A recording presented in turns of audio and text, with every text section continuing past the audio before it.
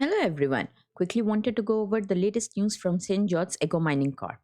They had a podcast in which they updated on the progress of its intellectual property and nickel projects. The director of the company, Domas, said that the company is looking good internally. We are making strides, the technology is moving the right way, and we are mobilizing teams in three different directions. On the exploration side of things, we are fully financed.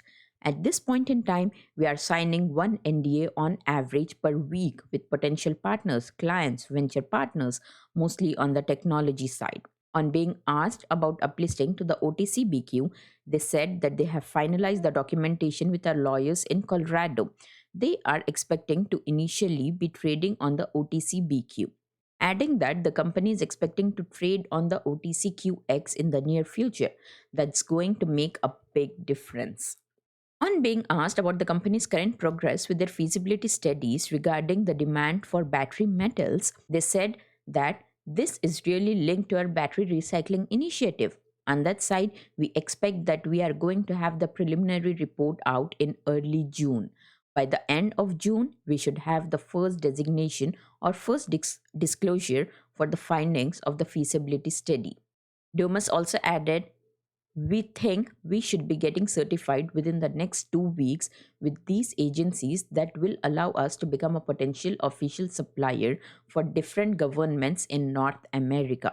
The final feasibility study should be out by mid July, and that will allow us to have a go or no go decision on the plan that we have been talking about. If it is a good decision, then we are looking at processing the first few batteries by the end of 2021 or the first quarter of 2022. He also explained that they were able to recuperate the graphite from the anodes, and he added that is important and might actually be profitable, but it is not the goal. The goal is to break even on these products and have somebody take them off our hands so that we don't increase our waste disposal costs. We are getting very close to a level where it might be profitable for us to recycle the graphite, and that's a game changer. To those of you who are unaware about St. George is developing new technologies to solve some of the most common environmental problems in the mining industry. The company controls all the active mineral tenures in Iceland. It also explores for nickel and PGEs on the Julie Nickel project and the Manicouagan Palladium project on the Quebec's North Shore. So here is a link to my analysis on St. George's. Comparing St. George's and ABML, to those of you who follow me closely, I am a big fan of ABML, but please, I am no financial advisor, so please do your own research before investing in any of these companies.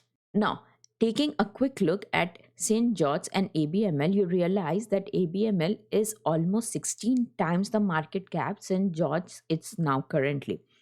And their insider ratio, St. George's insider hold 14.83% of the total shares, whereas ABML's insiders hold 10.12% of total shares. Again, please do your own research before investing in any of these companies.